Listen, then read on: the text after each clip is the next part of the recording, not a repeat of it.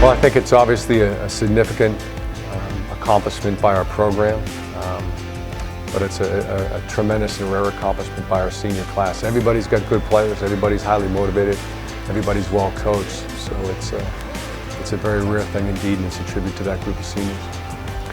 Well, I think anytime you win 36 games in 4 years, you have to give credit to a lot of people and a lot of different senior classes. So even though they get credit for that, there's a lot of people who have ownership in that.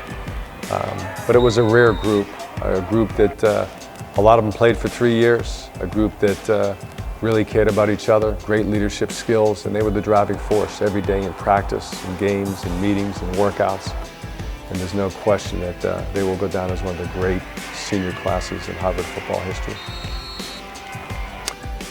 Scott has probably improved as much as any kid we've ever had between his freshman and senior year, and even between his junior and senior year. And when you set a goal for him and tell him this is where you need to improve, he would just kind of give you a very steely look and a nod, and he'd find a way to get it done.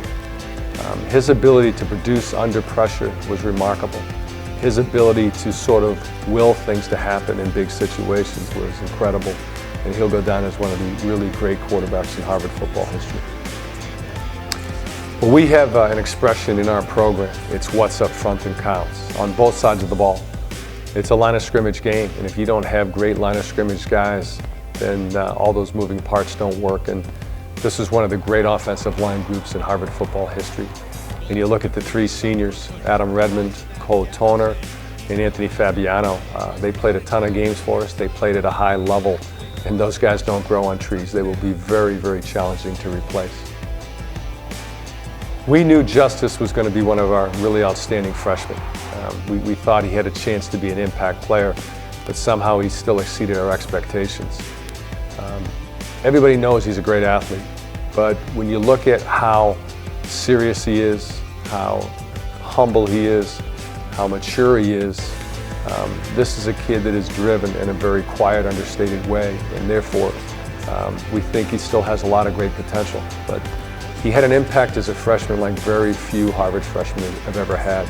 You can put him in sort of the same category, at least in the freshman year, as guys like Dante Balistracci or Clifton Dawson.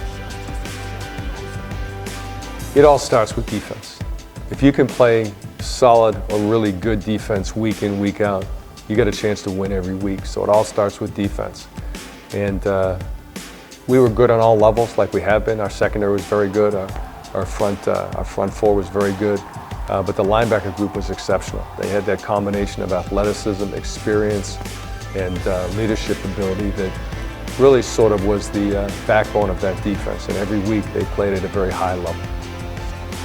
I think another guy on our team that really, a little bit like Scott Hush, that made tremendous improvement from his freshman to his senior year was Ben Broniker.